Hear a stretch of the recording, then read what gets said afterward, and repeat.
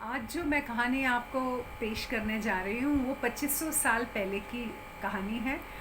बुद्ध भगवान जब थे श्रावस्ती में, उस वक्त की कहानी है। और वहाँ पे एक बहुत श्रेष्ठ भिक्खुनी हुआ करती थी जिसका नाम फिर पटाचारा दिया था। उसके पहले उसके पूरे जीवन की जो घटना है वो मैं आपके सामने पेश करने जा रही हूँ। पटाचारा का नाम पहले रूपवती था। वो बहुत श्रीमंत घर में पैदा हुई थी। उनको हर चीज़ के लिए नौकर चाकर थे, बहुत पैसे। और उसका एक भाई, और वो बहुत लाड़ प्यार से उनके माता पिता ने रूपवती और उसके भाई को बहुत अच्छे से पाला। और बाजू वाले गांव से एक लड़का उनके घर पे ही आंगन में खेलने आता था। उसके साथ पटाचारा, रूपवती और उसके भाई हमेशा खेला करते थे। और न जात पात, वो बहुत ही गरीब घर का था लेकिन कभी जात पात का उन्होंने भेद नहीं किया, और काफ़ी खेलते थे वो। जब 16 साल की उम्र हो गई रूपवती की, काफ़ी खूबसूरत थी, तो उसके माता पिता ने उसके लिए बहुत अच्छे घर का दामाद शादी करने का सोचा। और काफ़ी रिश्ते आए उनको रूपवती के लिए, लेकिन उन्होंने सबको मना कर दिया क्योंकि उन्होंने जो लड़का बाजू वाले गांव से आता था उनके साथ उनका प्यार हो गया था। वो उनसे ही शादी करने वाले थे। माता पिता के सामने जब उन्होंने पेश किया कि मुझे इनसे शादी करनी है, तो माता पिता ने मना कर दिया बिल्कुल। बोले नहीं, आप नहीं सुखी रहोगे। लेकिन जब दिल उस पे आ गया था, तब रूपवती ने सोचा कि मैं इनके साथ, जो जिनके ऊपर मैं बहुत चाहती हूँ, मैं उनके साथ भाग जाती हूँ। और रात को बस एक दो जो उनके जेवर थे उतना पहन करके, थोड़े कपड़े लेकर नगर द्वार में चले गए। और फिर वहाँ से 3 दिन पैदल जा कर के उन्होंने अपना घर बसा दिया जिधर वो लड़का रहता था। बहुत गरीब परिस्थिति थी लेकिन दोनों में प्यार इतना ज़्यादा था, तो बहुत खुश थी वो अपने ससुराल में। बहुत अच्छे से उनका चल रहा था। कुछ ही वक्त में वो गर्भवती हो गई। और फिर तब तब मन में एक उमंग आ गई कि मुझे मेरे माता पिता को मिलना है, मुझे जाकर से उनसे मिलना है। तो पति ने उनको बोला कि आपकी अवस्था वैसी नहीं है कि हम जा सके। लेकिन फिर उसने बिल्कुल नहीं मानी, नहीं मुझे मेरे जाना ही है, मैके जाना है, मुझे मेरे मम्मी से मिलना है।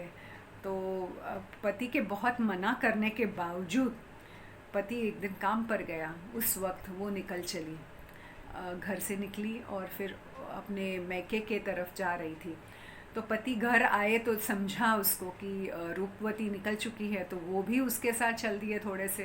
थोड़ी दूर ही गए और उनको गर्भ के पेन्स चालू हो गए। और वहीं पे रास्ते में ही उसको एक बालक हो गया, एक लड़का हो गया। और फिर वापस अपने घर पे ससुराल आ गई और फिर अपने कामों में और बच्चे में मग्न हो गई। और उसी में उसका 1 साल 1.5 साल निकल गया। बच्चे के साथ बहुत अच्छे से वक्त गुजर गया उसका। वापस से गर्भवती हो गई।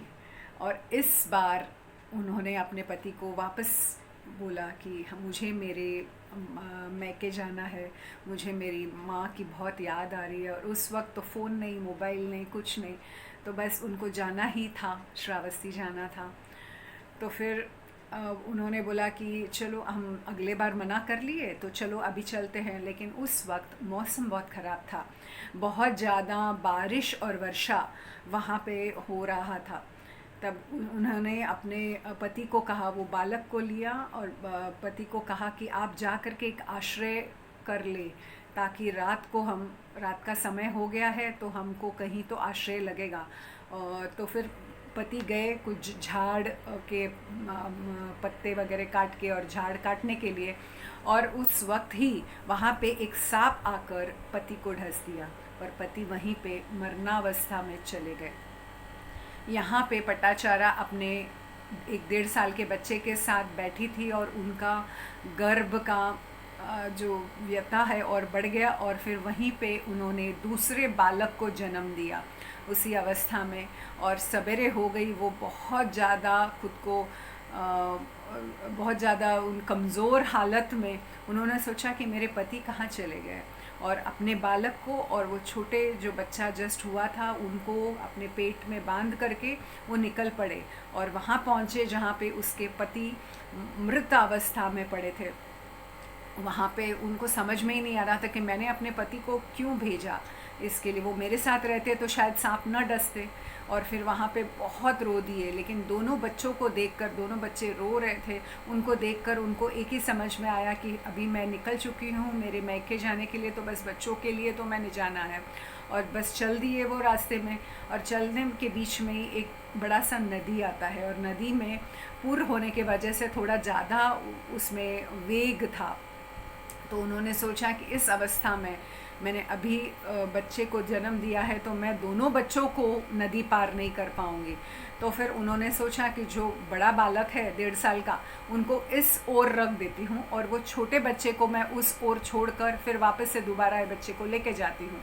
उस हिसाब से उसने अपने बड़े वाले बच्चे को वहाँ समझाया, उनको बोला कि मैं आती हूँ, मैं इसको वहाँ छोड़ती हूँ।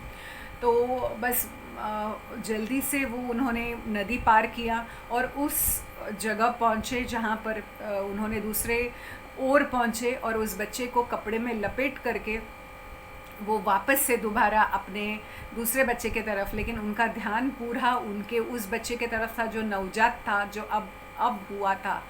तो आधे रास्ते में पहुंच गई तो उन्होंने देखा कि एक बहुत बड़ा सा पक्षी वो उस बच्चे के तरफ जा रहा था। उसको ऐसे लग रहा था कि मांस है कोई।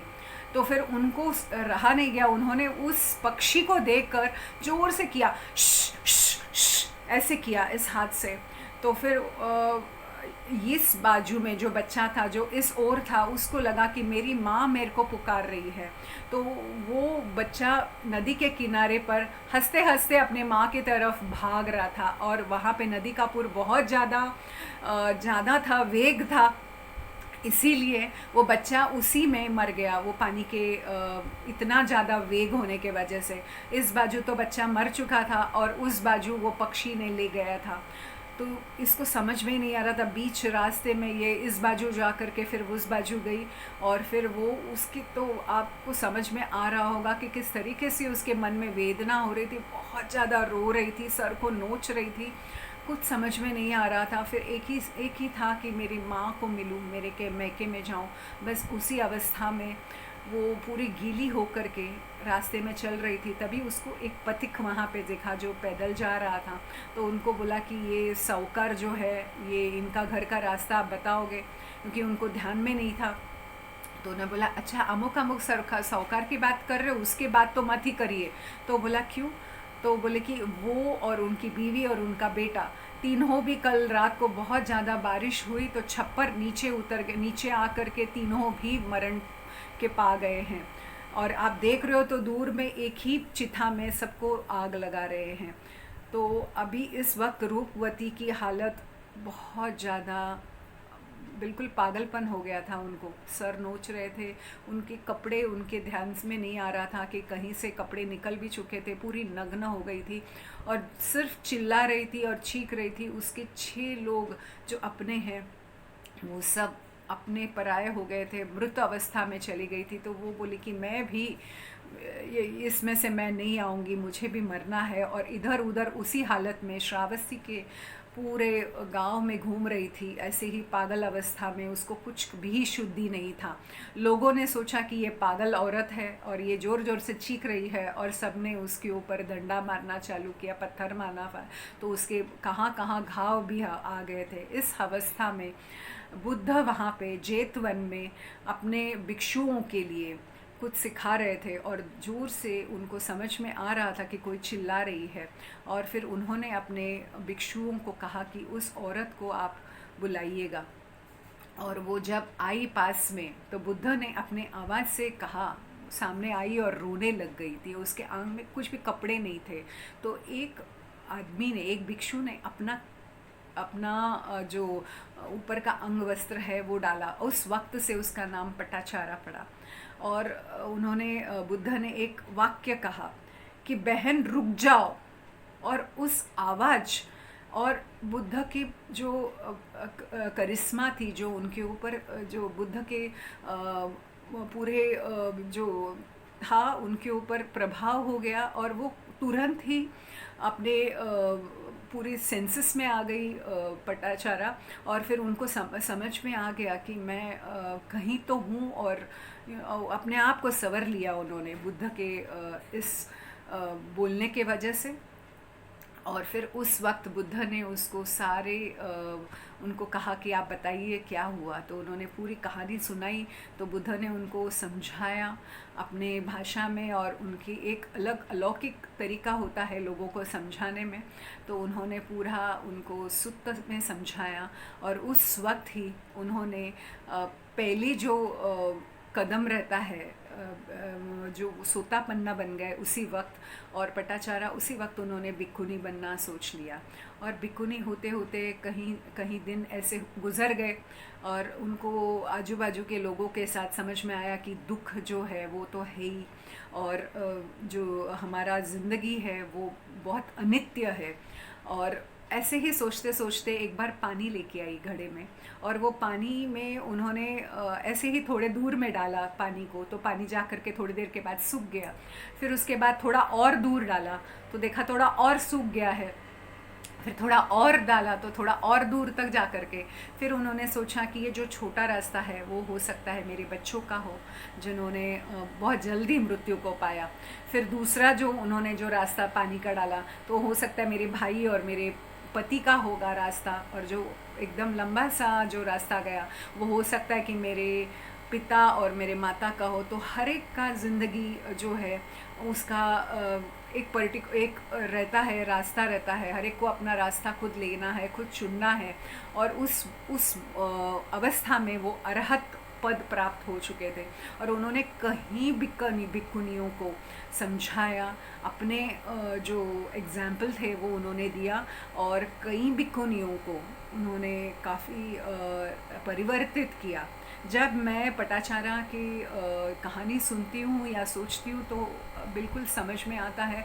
औरत होने के वजह से थोड़ा ज़्यादा ही उनके जो दुख दर्द है वो समझ पाती हूँ, और इस कहानी से बहुत चीज़ें मोटिवेशन मिलता है कि हमको अपनी तरफ देखना चाहिए, हमको मेडिटेशन करना चाहिए, ध्यान करना चाहिए, ताकि हमको भी वो सब चीज़ें प्राप्त कर सकते। क्योंकि हमारा जो जीवन है वो बहुत छोटा सा है, और उस पे भी अगर मनुष्य जन्म मिला है तो उसको हमने व्यर्थ न करते हुए उसका बहुत फ़ायदा उठाना चाहिए। हमको अपनी तरफ अंतर्मुखी होकर के, जैसे बुद्ध भगवान ने हमको सिखाया था उस तरीके से मैं सोचती हूँ कि हमको ध्यान करना चाहिए और अपने ज़िंदगी को सफल करना चाहिए। दूसरों के लिए जैसे हम दम दे सकते हैं उस हिसाब से करना चाहिए। तो सारे लोगों का मंगल हो, सबका मंगल हो।